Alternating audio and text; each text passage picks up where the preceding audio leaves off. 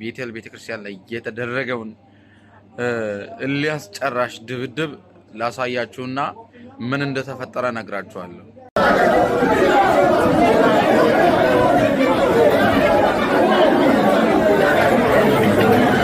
ትላንትና በሳውዝ አፍሪካ በአንዲት ቤተክርስቲያን ላይ የሆነው አስነዋሪና አሳፋሪ የሆነው ድርጊት ነው። ኢትዮጵያ ወንጌል የሰማችው ገና በመጀመሪያው ምዕተ ዓመት ከመሆኑ አንፃር ዛሬ የምትገኝበት ቦታ ከክርስትና ከወንጌል አንፃር አጠያያቂና አሳዛኝ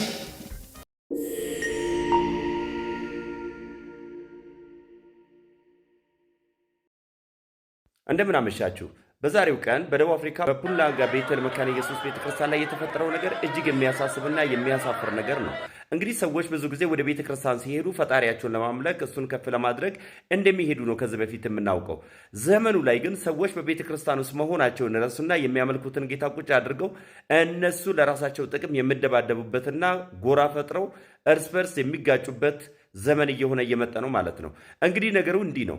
በዛሬ ቀን ደቡብ አፍሪካ ላይ በቤተል ቤተክርስቲያን ላይ የተፈጠረው ነገር ምንድነው ብትሉ ፓስተሩ የሀገሩ መታወቂያ ነበረና ቤተክርስቲያኒቷን ለራሱ ግል ጥቅም ለማድረግ ስል ወደ ራሱ አዛውሮ እንግዲህ በዛሬ ቀን ይህ መስጠር ሲወጣ የፓስተሩ ደጋፊና ሌሎች ሰዎች ለሁለት ተከፍለው በቤተክርስቲያን ውስጥ ድብድብ ተነስተዋል ማለት ነው። እንግዲህ በጣም ያሳፍራል። እንግዲህ ሰዎች የራሳቸውን ጥቅም ለማስከበር እያሉ የእግዚአብሔርን ዓላማና የእግዚአብሔርን ሐሳብ ትተው ወደ ራሳቸው ጥቅም አይኖቻቸውን ያነሱ ጊዜ ስለሆኑ እያንዳንዱ ቤተክርስቲያን ያለውን ነገር ነቅቶ ለጠብቅና ነቅቶ ሊያይ ይገባል ማለት ነው። ምክንያቱም የእግዚአብሔር ስም በእንደዚህ አይነት ሁኔታ የሚጎድፍበትና የሰማይ ወንጌል የማይሰበክበት መድረክም ጭምር እየሆነ ይገኛል።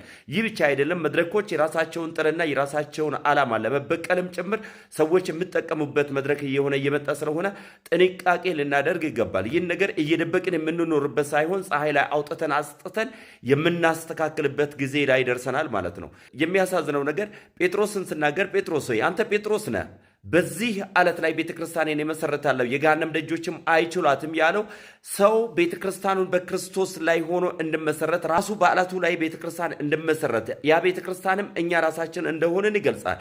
ግን በዚህ ጊዜ ልክ እንደ ሱቅ ቤተክርስቲያንን እየከፈቱ ለራሳቸው ጥቅምና ቢዝነስ እያሉ ብዙ የእግዚአብሔርን ዓላማ እየተዉ እየሄዱ ያሉ ሰዎች የተበራከቱበትና የበዙበት ጊዜ ስለሆነ እጅግ ልንጠነቀቅ ይገባል። እንግዲህ በአሸዋ ላይ የተመሰረተው ወዲያው ይወድቃል ብሎ እንደተናገረ በዓለት ላይ የተመሰረተ ግን ዝናብም ንፋስም ሲመጣ አልተናወጠም አይወድቅም እንደተባለው ዓለት በሆነው ክርስቶስ ላይ የተመሰረትን የዘላለምን እውነት ሳረሳ እንድንኖር አደራ እላለሁ። ይህ ቪዲዮ የምደርሳችሁ ሰዎች ለብዙ ሰው እንድደርስ ሼር እንድታደርጉ አመሰግናለሁ። ሁላችንም አንዴ ይህን ቪዲዮ አይተን እንመለስ።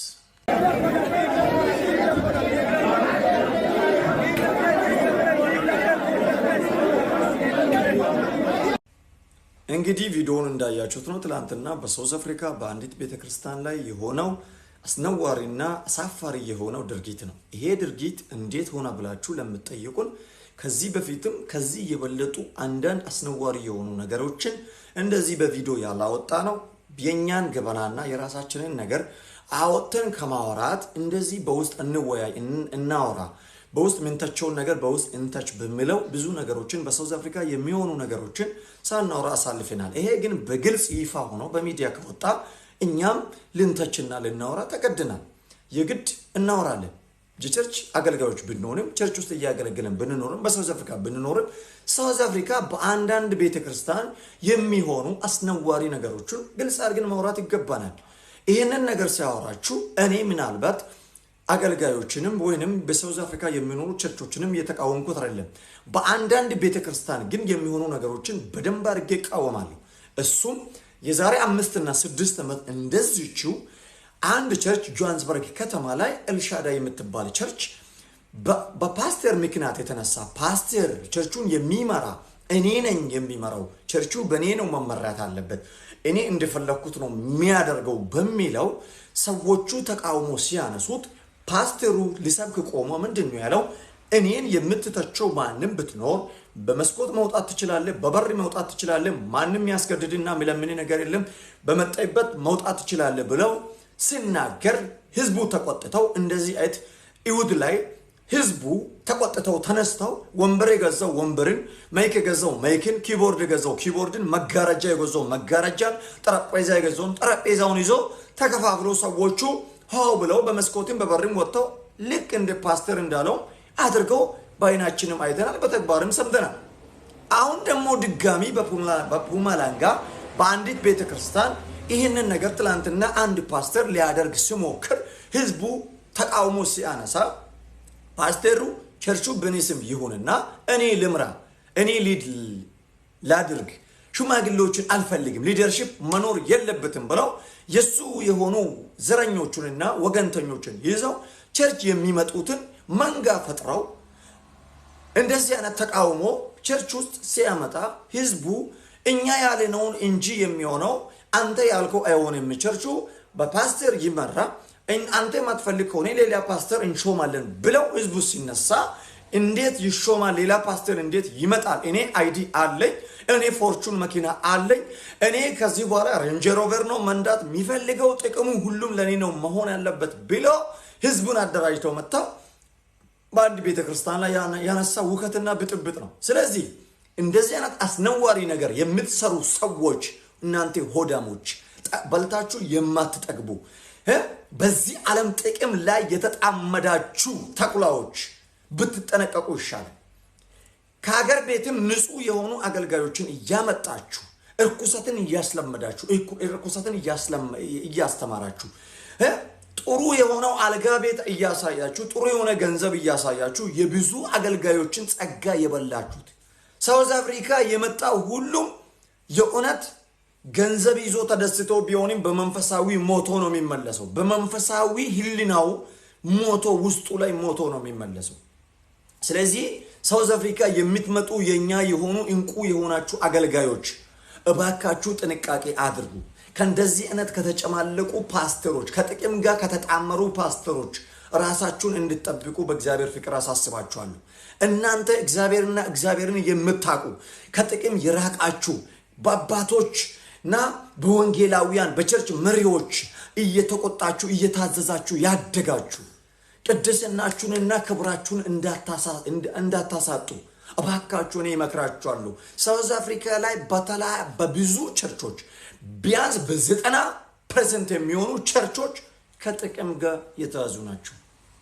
ስለዚህ ሳውዝ አፍሪካ የምትመጡ አገልጋዮች የኛ የሆናችሁት በክብር የምታገለግሉት የከበረውን እግዚአብሔርን ቃል የምታገለግሉት እባካችሁ በክብር እንድታገለግሉ በእግዚአብሔር ፍቅር አሳስባችኋለሁ። መልካም ጊዜ ይሁንላችሁ። ሰላም እንደምን አላችሁ? እግዚአብሔር ይመስገን እኔ ጋር ሁሉ ሰላም ነው። ዛሬ የማሳያችሁ የሳውዝ አፍሪካ ቤተክርስቲያን ምን ደረጃ ላይ እንዳለች የሚያሳይ ዛሬ በፑማላንጋ ቤቴል ቤተክርስቲያን ላይ የተደረገውን እልህ አስጨራሽ ድብድብ ላሳያችሁና ምን እንደተፈጠረ ነግራችኋለሁ።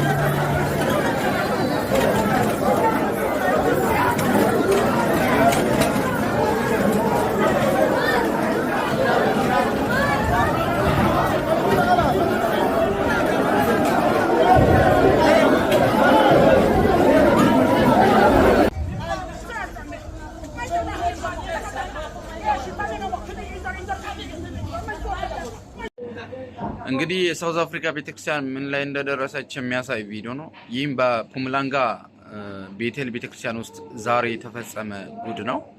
መንስኤው ምን እንደሆነ ስጠይቅ ቪዲዮውን ቀርጾ የላከልኝ ሰው እንደነገረኝ ከሆነ የቸርቿ ፓስተር የነበረ ሰው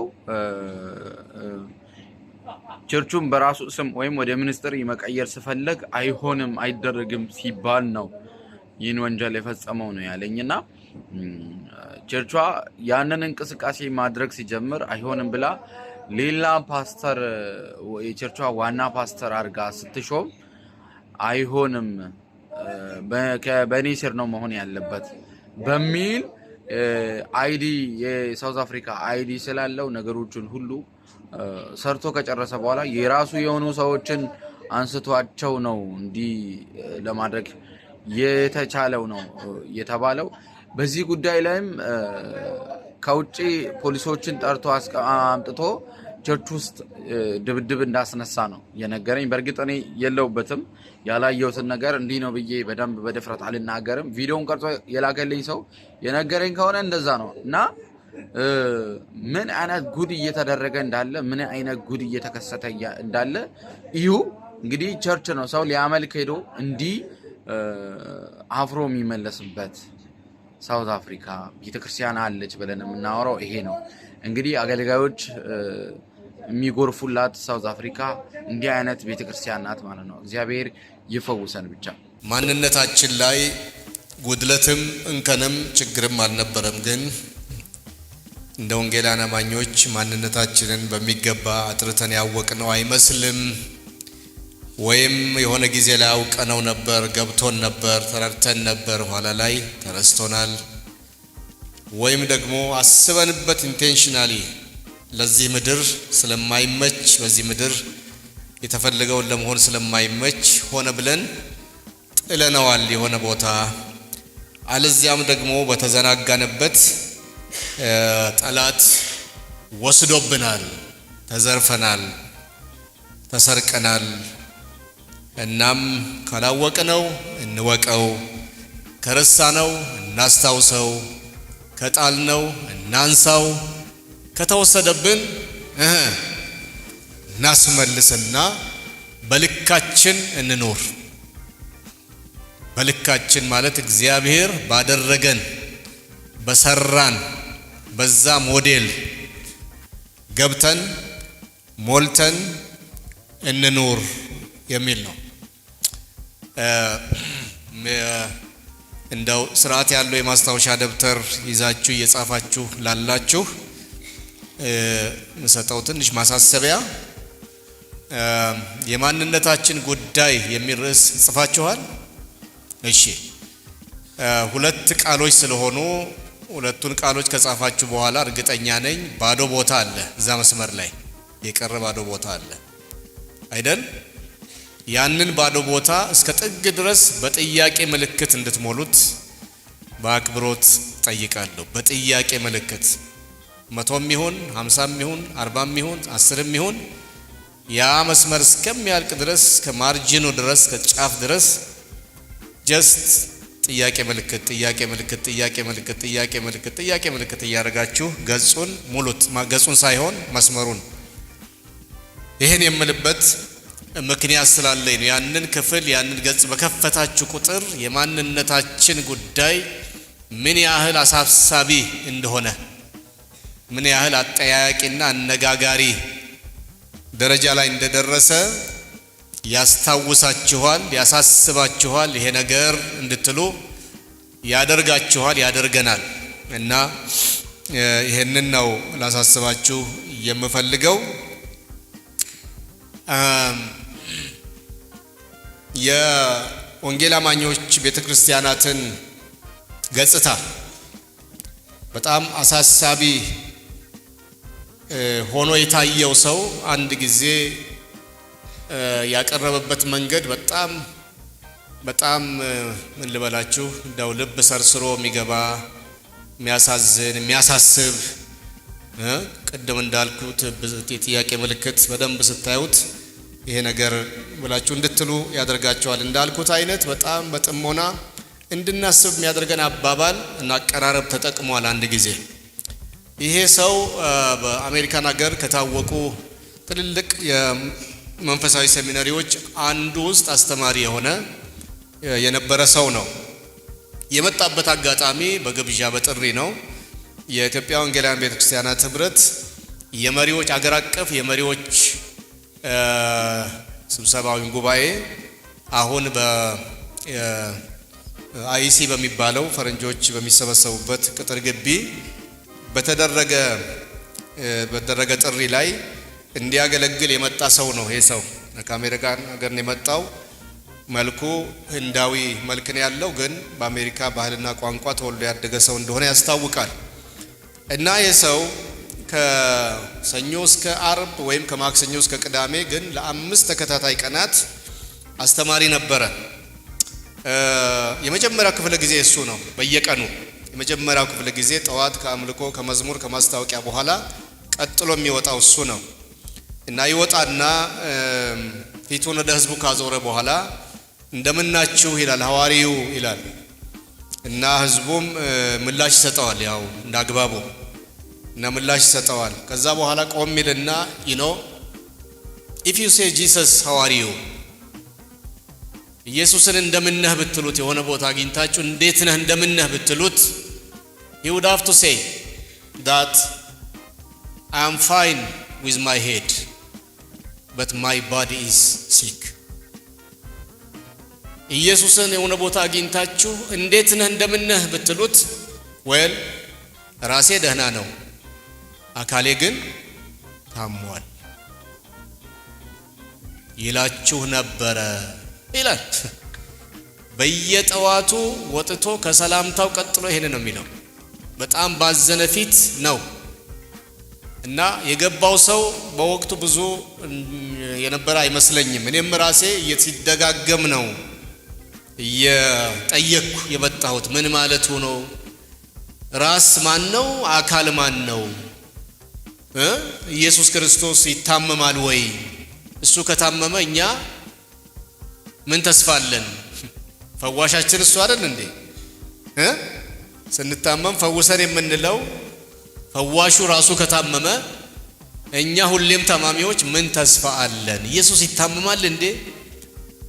እና ይሄ ከተነገረ ከ20 ምናምን ዓመታት በኋላ በጣም ገባኝ። በፈረንጆቹ 2009 ዓመተ ምህረት በእኛ 2001 ማለት ነው በኢትዮጵያ በአንድ ሁኔታ ውስጥ ሳልፍ ማለት በግሌ የደረሰብኝ የግል ጥቃት ኖሮ ሳይሆን በአካባቢያችን በቤተክርስቲያናት ዙሪያ ባለሁበት ማጥቢያ ቤተክርስቲያን ጨምሮ በአንድ በጣም አስቂኝም አናዳጅም ሁኔታ ውስጥ አሳፋሪ ሁኔታ ውስጥ በመናልፍበት ጊዜ በዚያ ሐዘን በዚያ ቁዘማ ውስጥ ሆኜ ስጸልይ ሳሰላስል በትክክልም የክርስቶስ አካል የሆነችው ቤተክርስቲያኑ በምን ላይ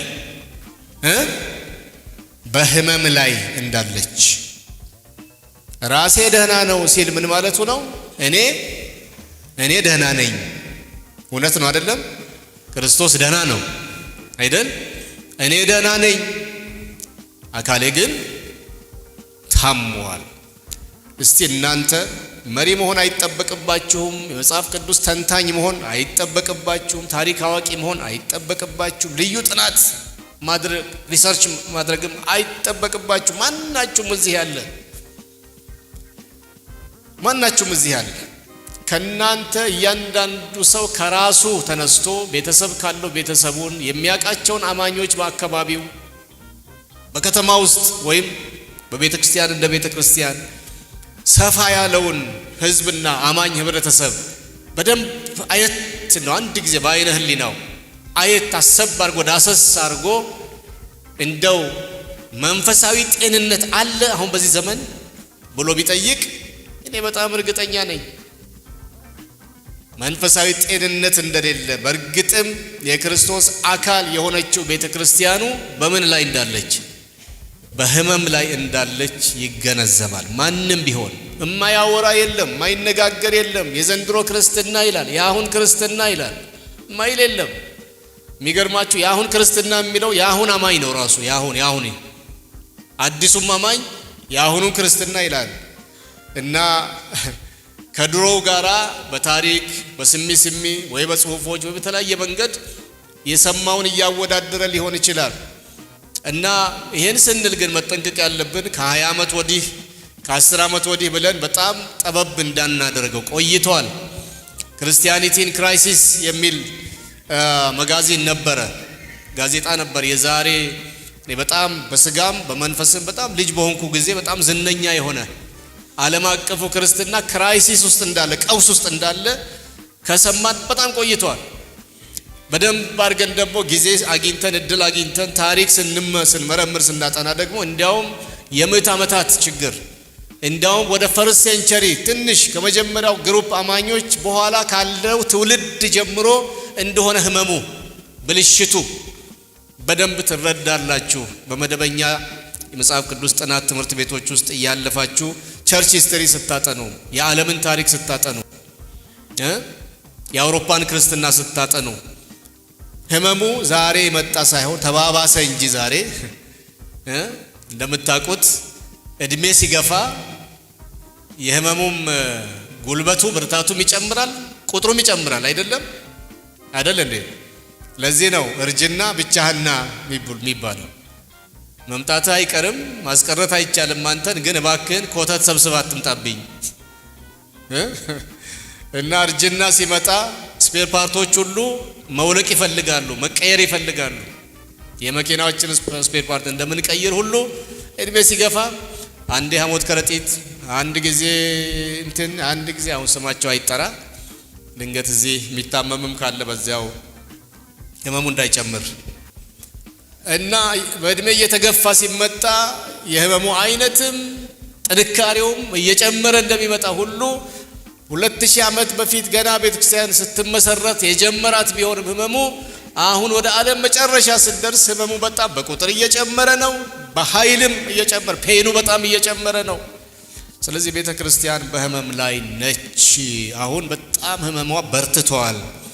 ይሄንንም የማይል በየቤቱ ማንም እዚህ መካከል አለ ብዬ አላስብ። ጨርሶ ኢግኖራንት የሆነ ምንም ስለራ ከራሴ ከሆዴ ከኪሴ ውጪ አላስብም የሚል ሰው ካልሆነ በስተቀር ጤነኛ አመዛዛኝ አይምሮ ያለው ሁሉ እዚህ ይላል። ጠዋት ሲነሳ ይላል። የሆነ ነገር ሲሰማ ይላል። እዚህ ላይ የሚጫኑና የሚተላለፉ የክርስትናን ገጽታ የሚያጠለሹ የክርስቶስ ስምና ክብር የሚነኩ ነገሮችን ባየ በሰማ ባነበበ ቁጥር የማይል አማኝ ካለ እኔ አማኝ አይደለሁም። ዝም ብሎ ሊያዳንቅ ሊያሟሙቅ ወንበር ሊያሞቅ ቁጥር ሊጨምር የመጣ ብቻ ነው። በእውነት የክርስቶስ ዘር ያለበት በዚህ ጊዜ የአካሉ ህመም ይሰማዋል ብዬ በጣም ነው የማምነው። ኢትዮጵያ ወንጌል የሰማችው ገና በመጀመሪያው ምዕተ ዓመት ከመሆኑ አንጻር ዛሬ የምትገኝበት ቦታ ከክርስትና ከወንጌል አንጻር አጠያያቂና አሳዛኝ ጉዳዮች ቢኖሩበትም ቅሉ ቅድም መልካም ነገሮች ለማስቀደም ሞክሬያለሁ። ሌላ አንድ መልካም ነገር እዚህ ጋር ማነሳው ነገር በታሪክ ካየን ከፓለስቲና ምድር መላው ሚድል ኢስት አይደለም ግን ከአይሁድ ምድር ከዚያ ሰፈር ቀጥሎ ወንጌል የሰማችው ኢትዮጵያ ናት። አይገርምም? በጣም ነው የሚገርመው። ማለት ምን ማለት ነው? ጌታችን ያለው ምንድነው? መንፈስ ቅዱስ በእናንተ ላይ በወረደ ጊዜ ኃይልን ከዚያስ በኢየሩሳሌም ቀጥሎ ምን አለ? በሰማሪያ ከዚያ በኢየሩሳሌም በይሁዳ በሰማሪያ ከዛ እስከ ምድር ዳር አይደለም ያለው? ከኢየሩሳሌም ከተማ ሳይወጣ እኮ ነው ኢትዮጵያ የገባው ወንጌል።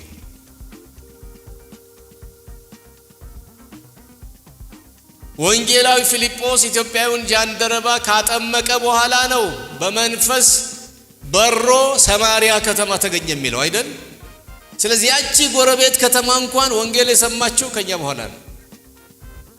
እግዚአብሔር ከዚች ሀገር ጋር ምን ጉዳይ ያለው ይሆን? ለምን አስቀደመን? ይሄን ያህል በኩር ለምን አደረገን? ስለዚህ ይሄ አንድ ትልቅ ደስ የሚል ዜና ነው። ቀዳሚ መሆናችን፣ ትኩረት መሳባችን፣ በእግዚአብሔር ዘንድ በኩር እንድንሆን መታጨታችን፣ መታሰባችን ደስ አይልም? እግዚአብሔር ምን አጎደለ? መልስ ስጦኛ። እግዚአብሔር ምን አጎደለ? ምንም አላጎደለ። በጣም የተወደዳችሁ የተወደደች ምድር ህዝብ ናችሁ፣ ህዝብ ነን። እግዚአብሔር የተባረከ ይሁን። እስራኤሎች በምን ወደድከን ብለው እንዳሉት አይነት የኛ እዚህ ፖቨርቲው እያስጨነቀን ጦርነቱ ግጭቱ አለቅ ብሎን ማንሰራራት ማደግ ማበባቀቶ እየጠወለግን የት ጋ ነው እግዚአብሔር የወደደን ብንል ልክ እንደ እስራኤሎቹ እግዚአብሔር ግን ምን ይላል? ወድጃችኋለሁ፣ ወድጃችኋለሁ፣ ወድጃችኋለሁ። እልህኛም እንሁን ክፎችም እንሁን ጦረኞች የምንሆን ትዕቢተኞች የምንሆን ምቀኞች የምንሆን ቅናት ክፋት የሚኖርብን ይሙላብን ምንም ይበል እግዚአብሔር እሱ ብቻው በሚያውቀው ምክንያት ወዶናል። እግዚአብሔር ወዶናል እንበል እስቲ አንድ ጊዜ። ምንም እንሁን ምንም እናድርግ ምንም አናድርግ ግን የሚገርማችሁ ነገር ሰማይን ስዳስስ ምድርን ስዳስስ ቀኝ ግራውን ሳይ እግዚአብሔር የወደደን ሕዝብ ነን። ከነ ድህነታችን ከነ ችግሮቻችን የሚገርማችሁ ነገር እግዚአብሔር ይወደናል። እስከ አሁን ድረስ ደግሞ እግዚአብሔር ሞገሱን አልወሰደብንም። ለሱ ክብር ይሁን። በጣም እግዚአብሔር ይጠብቀናል። የሆነ ነገር ሊያደርግ አስቦ ይሆን እላለሁ። ከጥቂት ጊዜ በኋላ የሆነ አስገራሚ ነገር ይፈነዳ ይሆን በዚህ ምድር እላለሁ። ከሪቫይቫል አንፃር ከመንፈሳዊ ሪቫይቫል ይሁን ከኢኮኖሚ ሪቫይቫል ይሁን ከሰላም አንፃር ይሁን ከምን ብቻ የሆነ ነገር በዚህ ምድር እግዚአብሔር እየደገሰ ይሆን። በእውነቱ እንደኛ እንደማንነታችን መጥፋት መሬት ክፍል ብላ መዋጥ ያለብን የነበረብን እንመስላለን ይመስለኛል። ግን እግዚአብሔር እስካሁን ጠብቆናል። እግዚአብሔር ጠብቆናል። አሜን ወገኖቼ ሆይ ይወደናል። በጣም አድርጎ በጣም ይወደናል። በየዓለም ሀገሩ ተሽሎክልኮን እየገባን እዛ ብንቀርም አጥር እያፈረስን ግንብ እየጣስን ግድግዳ እየነደልን ወደ የሰው ሀገር ብንገባም ብንተምም ይገርማችኋል እግዚአብሔር ሞገሱን አልወሰደብንም። ልክ በመንግስት ጥሪ ግብዣ እንደሄድን ያህል ስደተኛ ሆነን በገባንበት አገር እንኳን እንከበራለን። አይገርማችሁ? እግዚአብሔር የተባረከ። እንደማንኛውም አገር ስደተኛ አይታየም ኢትዮጵያዊ። የሚገርማችሁ ነገር ነው። በጣም ነው የሚገርማችሁ። ካላያችሁ ምናልባት ላይገባችሁ ይችል ይሆናል። ምን ተማርክ ምን ትረዳለህ ብትሉኝ እግዚአብሔር ያከበረን ሕዝብ ነን። የቸገረን ነገር ምንድነው መሰላችሁ? ክብራችንን አለማወቃችን፣ ራሳችንን አለማወቅ እንዴት እንደጎዳን በዓለም ፊት በዓለም ማህበረሰብ ፊት እግዚአብሔር የሰጠን ትልቅ ቦታ፣ ትልቅ ስም፣ ትልቅ ታሪክ፣ ትልቅ ዝና አለማወቃችን አለማወቅ እንዴት መጥፎ ነው። ሐዋርያት ሥራ ላይ አንድ ቃል አለ። ጌታ እግዚአብሔር ያለማወቅን ወራት አሳልፎ ይላል። ቀኝ እጃችሁን አንሱና እግዚአብሔር ይህን ያለማወቅ ወራት አሳልፍልን በሉ እስቲ። በእውነት አንድ ጊዜ ደግማችሁ በሉ፣ ይህን ያለማወቅ ወራት አሳልፍልን በሉ እስቲ። በቆነች ይህን የጨለማና የድንቁርና ወራት አሳልፍልን በሉ ጨምራችሁ እስቲ። በእውነት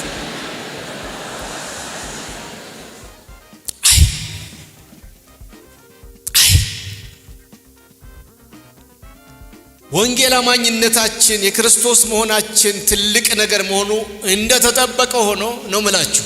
እንደ ኢትዮጵያውያንም እንኳን ራሳችንን እንደምናውቀው አይደለም ዓለም የሚያውቀን። ትልቅ ቦታ ነው ያለን፣ ግን አልገባንም። እንዴት ያሳዝናል። ወደ ሐሳቤ ልመለስ። ወንጌል በመጀመሪያ የሰማን ሕዝብ ነን።